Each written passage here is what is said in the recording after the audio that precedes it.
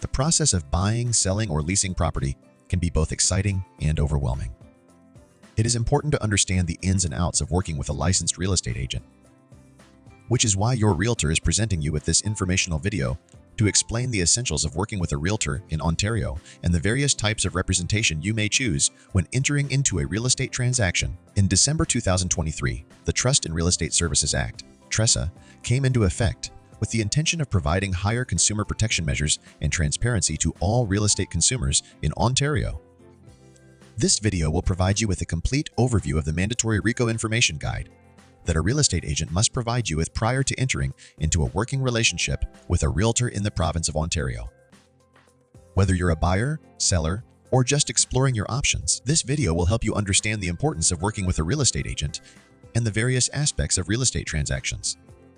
You have most likely received this informational video from a real estate agent because you are considering receiving services from a real estate agent, or the agent is representing the other client in the transaction, and you might receive assistance from the agent. All real estate agents in Ontario must be registered, which requires them to complete necessary education and carry consumer deposit insurance and professional liability insurance. Real estate agents provide valuable information, advice, and guidance to buyers and sellers as they navigate the complexities of real estate transactions.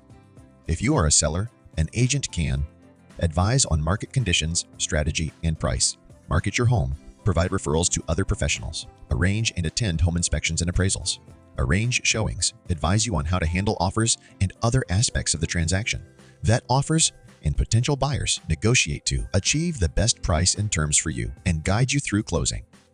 If you are a buyer, an agent can assist you in finding financing, make you aware of any tax exemptions you may be eligible for, gather information about neighborhoods and homes, and arrange to show you properties, make inquiries about the property, advise you on the best approach in competing offer situations, negotiate with sellers to achieve the best price and terms for you, guide you through closing, and provide you with referrals to other professionals. As a client, you also benefit from undivided loyalty, full disclosure, confidentiality, and the avoidance of conflicts of interest. Your agent is committed to promoting and protecting your best interests throughout the transaction. As a client, you have responsibilities too. Be clear about what you want and don't want, and make sure you share all information that might be relevant. Respond to your agent's questions, understand the terms of your agreement with the brokerage, and pay the fees you have agreed to. Now that we have covered the benefits of working with a real estate agent, let's discuss the risks of representing yourself. If you are not a client of a real estate brokerage, you are considered a self-represented party. While the choice of representation in each real estate transaction is yours, there are significant risks associated with electing to be self-represented. If you choose not to work with a real estate agent, it will be your responsibility to look after your own best interests and protect yourself. This may include things like making inquiries about aspects of the property, determining what you believe to be the value of the property, determining how much you are willing to offer or accept, navigating competing offers, deciding what terms you want to include in an offer, and preparing all documents. It's important to be aware that the agent has a legal obligation to act in the best interests of the person on the other side of the transaction. Be aware that the agent is obligated to share anything you tell them with their client, including your motivation, the minimum or maximum price you are willing to offer or accept, and your preferred terms or conditions. The agent cannot provide you with any services, opinions, or advice, do anything that would encourage you to rely on their knowledge, skill, or judgment, encourage you to represent yourself, or discourage you from working with another real estate agent or brokerage. Remember, any assistance the agent offers you is a service to their client, not you. This assistance is in the best interests of their client, not you. They are there to help their client sell or buy a property. The agent must provide you with RECO's information and disclosure to self-represented party form and walk you through it before they can provide you any assistance. And remember, you always have the right to change your mind and get advice as a client of another brokerage.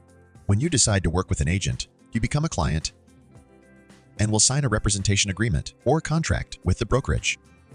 If you do not want to sign an agreement, you should not expect the real estate agent to provide you with any services. In Ontario, there are two kinds of representation to be aware of. The first is brokerage representation. Under brokerage representation, the brokerage and all of its agents represent you. The second is designated representation. Under designated representation, one or more of the brokerage's agents is your designated representative. You are not represented by the entire brokerage.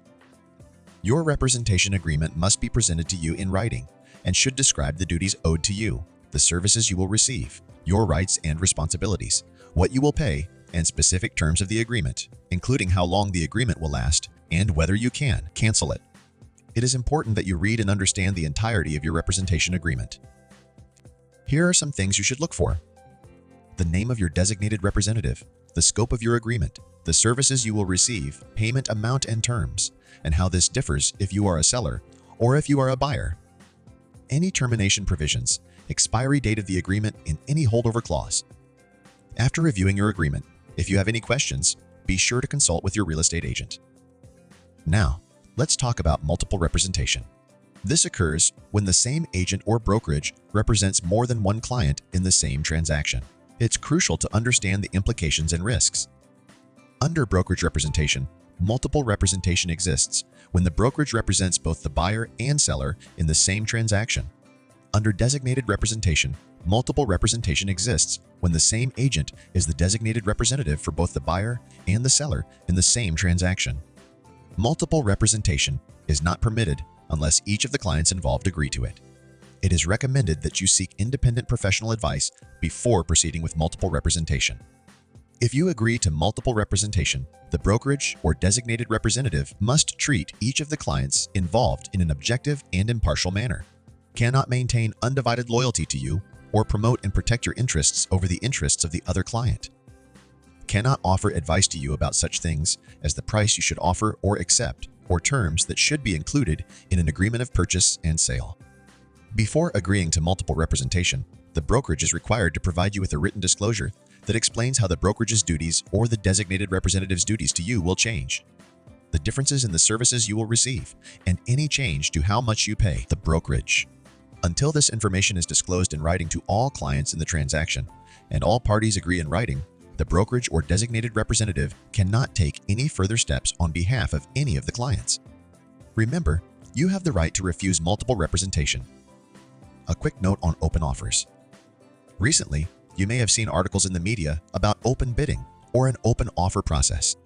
Buyers in Ontario who have made an offer on a property are entitled to know the number of competing offers. Sellers choose how much other information, if any, they want to share about the offers they receive.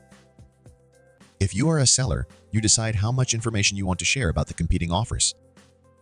Your agent will advise you based on many factors, and you need to provide clear written direction to your agent before the content of any offers can be shared. If you are a buyer, you decide whether you want to participate in a process where the content of your offer might be shared with other buyers. Your agent can tell you the steps to take to avoid having the content of your offer shared with other buyers.